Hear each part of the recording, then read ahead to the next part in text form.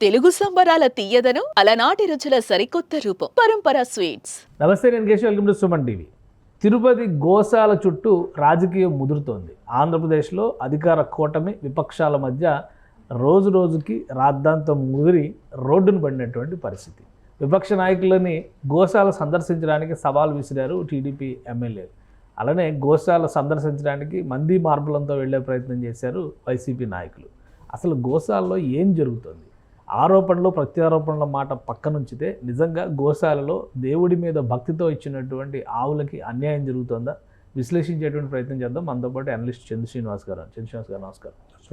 చంద్ర శ్రీనివాస్ గారు, ఈ గోశాల చుట్టూ రాజకీయం నిన్నంతా చూసాం. రోడ్డుపైకి వచ్చి నాయకులు, ఎంపీ, ప్రజెంట్ ఎంపీ, మాజీ మంత్రులు, మాజీ ఎమ్మెల్యేలు వీళ్ళందరూ ఒకవైపు, ఇంకోవైపు నుంచి కూటమి వైపు నుంచి పోలీసుల ఎస్కార్ట్తో గోశాల చూపిస్తాం రండి అని చెప్పని పిలుపులు. అసలు ఏం జరుగుతుంది? ఎందుకు గోశాలకి సంబంధించి కానీ గోశాల చుట్టూ కానీ రాజకీయం ఎందుకు ముదురుతుంది ఏపీలో? మీరు చెప్తుందంతా ఒక ఎత్తు అయితే, ఈ మధ్య ఈ 1 వీక్ నుంచి హిందూ ధర్మ పరిరక్షకుడు మా జగన్ అని ప్రచారం జరుగుతుంది. ఇదొకటి ఉందా? ఎప్పుడు లేని విధంగా. ఎందుకు ఇది అంటే వ్యూహాత్మకంగా వాళ్ళు దీన్ని తీసుకున్నారు. గతంలో హరినాథ్ రెడ్డి గారు అక్కడ గోశాల ఇన్ఛార్జిగా చేశారు. ఆయన వైసీపీకి ఫాలోవర్ అని అందరికీ తెలిసింది. ఆయన మన తొక్కిసలాట్లో ఆయన కూడా బాధ్యత చేసి తీసినారు. సరే, ఏదైనా కానీ నా మనుషులు 2000 మంది అక్కడ ఉన్నారు, నా అనుక్షణం అక్కడ ఏం జరుగుతుందో తెలుసు అని చెప్పి కాన్ఫిడెంట్తో మాట్లాడుతున్నాడు భూమన్ కరుణాకర్ రెడ్డి గారు. ఇప్పుడున్న నాయుడు గారేమో అంతే ఆవేశంతో మీరు ఇష్టం వచ్చినట్టు మా మీద ఇచ్చేయద్దు, గోవులు యాజుజువల్గా చనిపోతాయి, కొన్ని గోవులు చనిపోతే మీరు 100 గోవులు అన్నారు. మీరు గతంలో నాణ్యత ప్రమాణాలు పాటించకుండా దానికి సరైన ఇది పెట్టకుండా ఇచ్చేశారు కాబట్టి ఇట్లా జరిగింది. క్రిమినల్ కేసులు చేపడతాం, దీనికి ఎవరెవరు సహకరించినా దాంట్లో చట్ట ప్రకారం ఇదే. మీరు హిందూ మతం గురించి మాట్లాడేటప్పుడు మీ ఇంట్లో అన్ని మతస్థులు పెళ్లి చేసిన మాట వాస్తవం కాదని బాహటంగానే విమర్శించారు. ఏదేమైనా మీరు చెప్పినట్టు గత వారం నుంచి వాళ్ళు రోడ్డు మీద పడుకుంటున్నారు. సాక్షాత్తు రోజా గారు అయితే కొద్దిగా ముందుకెళ్ళి సవాలు విసురుతుంది, లేదా సీఎం గారికి, డిప్యూటీ సీఎం గారికి. ఇవన్నిటి మధ్య ఈరోజు పవన్ కళ్యాణ్ గారు వెళ్తారనే సమయంలో మరి ఇది వాయిదా పడిందని తెలుస్తుంది, దానికి ఆరోగ్యరీత్యా. సరే, ఏదేమైనా కానీ పరమ పవిత్రమైన తిరుమల తిరుపతి దేవస్థానం ఇప్పటికే లడ్డు అపవిత్రత అని చెప్పి ఇది ప్రపంచవ్యాప్తంగా మారిపోయిపోయింది. దాని మీద ఒకవైపు సిట్టు, సిబిఐ, విజిలెన్స్ దర్యాప్తులు జరుగుతున్నాయి. తర్వాత అన్నదానంలో కూడా చాలా ప్రమాణాలు పెరిగినాయి అప్పటికి ఇప్పటికీ. సరే, భక్తులు కూడా హ్యాపీగా ఊపిరి పీల్చుకుంటున్న సమయంలో వాళ్ళు ఏమి మెరుగైన సదుపాయాలు కల్పిస్తుంది ఈ కూటమి ప్రభుత్వంలో. వీళ్ళు ఉన్నట్టుగా ఉండి ఒకవైపు ఏమో మాధవ్ ఇష్యూ ఇటు తీసుకెళ్తున్నారు కోస్తాలో దాని బలంగా, ఇంకొక వైపు తిరుమల తిరుపతి. ఎందుకంటే అక్కడ ఉన్న వైసీపీ కార్పొరేటర్లు 6గురిని ఇప్పుడు అరణ్య శ్రీనివాసుల నేతృత్వంలో జనసేనలోకి వచ్చారు. రోజు రోజుకి అక్కడ గ్రాఫ్ తగ్గిపోతుంది. అంతకుముందు సుబ్బరాయుడు ఉండే తెలికి మొత్తం లైన్లో పెట్టారు, అక్కడ వైసీపీ ఆగడాలు మొత్తం కంట్రోల్ అయింది. తర్వాత అకస్మాత్తుగా తొక్కిసలాట ఎప్పుడు లేని విధంగా. ఇప్పుడు మళ్ళీ గోవులు పరమ పవిత్రంగా ప్రతి హిందువులు దేవుడిగా భావిస్తారు సార్. మరి అటువంటి గోవులు దానం చేసేవాళ్ళు చాలా. కానీ అసలు ఇప్పుడు గోమాత, హిందూ ధర్మ పరిరక్షణ, అలానే తిరుమల పవిత్రత ఇవన్నీ పక్కన పెడితే పూర్తిగా తిరుపతిలో కానీ తిరుమలలో కానీ రాజకీయం రాజ్యం వెళ్తున్నట్టుగా కనిపిస్తుంది.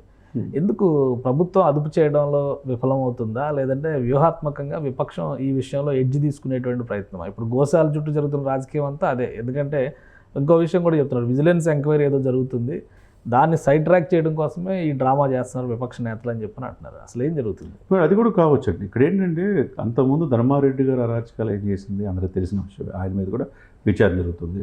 లేకపోతే విశాఖ శారదా పీఠానికి నిబంధనల విరుద్ధంగా ఏం చేశారో తెలిసిన అంశమే. ఇవన్నీ కూడా ఎవరు చేశారు? గత ప్రభుత్వంలో జరిగినాయి కాదా? ముంతాజ్ హోటల్ నిర్మాణంకు ఎవరు అనుమతి ఇచ్చింది? అందరికి తెలిసిన అంశమే. ఇవన్నీ కూడా 7 కొండలను అపవిత్ర చేసే క్రమంలో అనేక రకమైన ఇది జరిగింది. ఇప్పుడు వీళ్ళు ఏం చేస్తున్నారంటే ఈ మధ్య కొంతమంది అన్ని మతస్థులు, క్రిస్టియానిటీ వాళ్ళు కొంతమంది వెళ్ళటం, చెప్పులు తేలటం, ఇవన్నీ కూడా భక్తులు చేసిన తప్పులకి ఈ కూటమి ఏం చేస్తున్నట్టు ప్రశ్నిస్తున్నారు. అదేవిధంగా ఈ కూటమి ఎలక్ట్ ఉందా లేదా? 11 మందిని అక్కడ సస్పెండ్ చేశారు ఆ చెప్పులు వేసుకుని వెళ్ళారు. అసలు ఎప్పుడు చెప్పులు వేసుకుని అట్లా లైన్లో వెళ్తుంటే ఏం చేస్తున్నట్టు? సార్, ఈ ప్రభుత్వం చెక్కింగ్ ఉంటుంది కదా, చెక్కింగ్ 4-5 లేయర్లు ఉంటాయి సార్. అక్కడ స్పెషల్ విజిలెన్స్ వాళ్ళు ఉంటారు, స్పెషల్ ప్రొటెక్షన్ ఫోర్స్ వాళ్ళు ఎప్పటికప్పుడు ఇచ్చేస్తుంటారు. చెప్పులు వేసుకెళ్తుంటే ఏం చేస్తున్నట్టు? అది కూడా తప్పు కదా. వీళ్ళు అనవసరంగా వీళ్ళకి ఆయుధాలు ఇచ్చినట్టు అనిపిస్తుంది. ఇకపోతే ఇప్పటికే 60 సంవత్సరాలు ఎప్పుడు లేని విధంగా తొక్కిసలాట్లో 6 చనిపోతే క్షమాపణ కోరాడు డిప్యూటీ సీఎం గారు పవన్ కళ్యాణ్ గారు.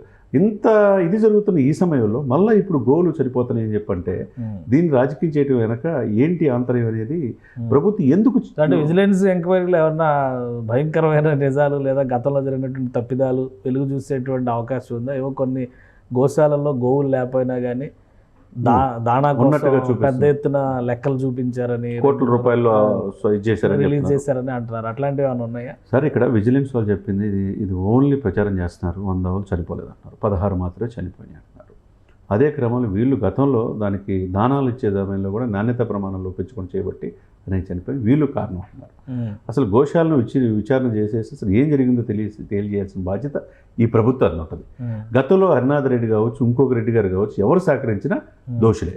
ఇప్పుడు నా మనుషులు 2000 మంది ఉన్నారు, నాకు అనుక్షణం వస్తుందని చెప్పి ఆ కాన్ఫిడెంట్తో ఆయన చెప్తున్నాడంటే ఇంకా ఏ విధంగా పైన తిరుపతి తిరుమల వాళ్ళ చేతిలో ఉందా? రిక్రూట్మెంట్ అంతా ఆయన చూసారు, ఆయన చూసి వాళ్ళ సోదరుడే దానికి ఇన్ఛార్జ్గా ఉన్నారంటే ఇంకా దీన్ని బట్టి చంద్రబాబు నాయుడు గారు, పవన్ కళ్యాణ్ గారు కూడా ప్రత్యేకంగా దృష్టి పెట్టాలా. ఇది రోజు రోజుకి అంటే మీరు అన్నట్టుగా ఇప్పుడు 100 గోవులు చనిపోలేదంటే ఇవి కేవలం రాజకీయ ఆరోపణలు అంటే భానుప్రకాష్ రెడ్డి గారు ఆల్రెడీ కంప్లైంట్ ఇచ్చారు. కరుణాకర్ రెడ్డిని అరెస్ట్ చేస్తారా? క్రిమినల్ కేసు పెట్టమని చెప్పి ఫైల్ చేయమన్నారు.